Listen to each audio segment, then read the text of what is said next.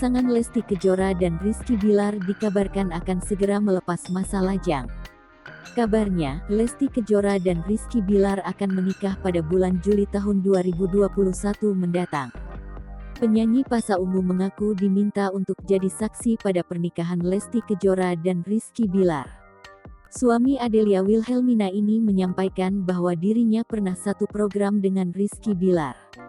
Rizky Bilar juga menerangkan, dirinya mengidolakan Ungu sejak dari dulu.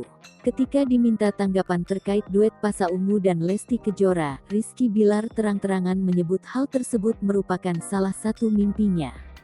Karena orang yang dekat dengannya akhirnya bisa berkolaborasi dengan idolanya. Rizky Bilar menambahkan bahwa dirinya bangga melihat Lesti Kejora bisa berduet dengan Pasha Ungu. Lantas tiba-tiba Pasha Ungu dan Adelia menanyakan apakah dirinya akan diundang tidak di pernikahan Rizky Bilar dan Lesti Kejora. Mendengar pertanyaan tersebut, Lesti Kejora menjawab bukannya sudah diundang jadi saksi. Mendengar undangan tersebut, Pasha Ungu mendoakan Rizky Bilar dan Lesti Kejora selalu lancar dan sehat terus.